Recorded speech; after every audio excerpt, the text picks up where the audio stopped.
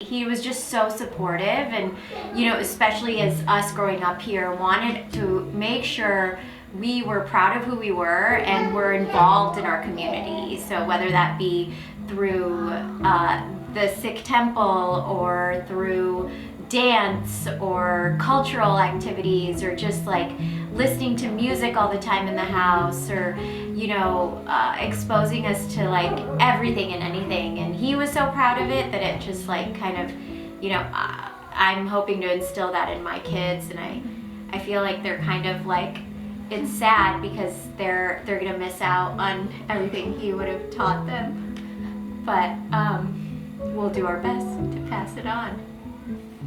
As the saying goes, that one is known by what he does for others, that really applied to him. Kuldip really truly lived for others. So his generosity actually was unparalleled. He was always a big part of every fundraising in the community. May that be for our religious places, may that be for entertaining events, or even for our American brothers. Wherever help was needed, he was always part of that. We'd frequently have people from India that we'd have no idea who they were staying in our house. Yeah. And I'd always have to give up my bedroom because I'd remember some random person, like my dad's friend's cousin's son or something, would need a place to stay. So he was the first person to open his heart and his house to anybody who needed it. And it was pretty annoying when I was little because I'd lose my room and it'd be awkward having this person here who didn't speak English. But he was that halfway place for people to come. When people would come stay here, kind of find their bearings and then go off.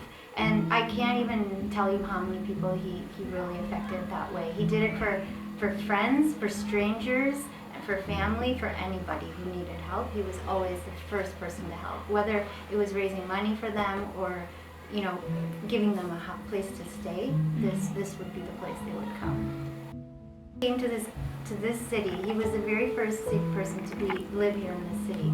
And I remember growing up here and almost being embarrassed that nobody knew who Sikhs were or what they were or why they wore turbans. And he'd come to my school functions and I'd almost feel like, oh man, people are staring at him. But he never flinched. He would be so proud. He would be the first to greet you, the first to say hello, and just make a joke, just to ease the tension of I'm a good person. Best thing about him is, what I liked is, that day Bhaiji bole, he said he never said anything bad about anybody. And then I tried to recall, I've never heard him say anything bad about anybody. And I like, really, it is very unique quality that I also wrote about, that he used to encourage people. And he has no motives or anything in that. He would just say, why don't you do this? Why don't you write this? Or you write this, you sing this. So he would keep, and we used to have so many, we have had so many get-togethers here, where he would encourage people to sing, and so I think that's the life. He lived a life. He wanted to highlight the people of our community. And the second thing is he wanted to highlight local businesses owned by people in our community. And then the third thing he did was create a directory at the end of it so people could connect with each other, because he was big on having everybody connect with each other.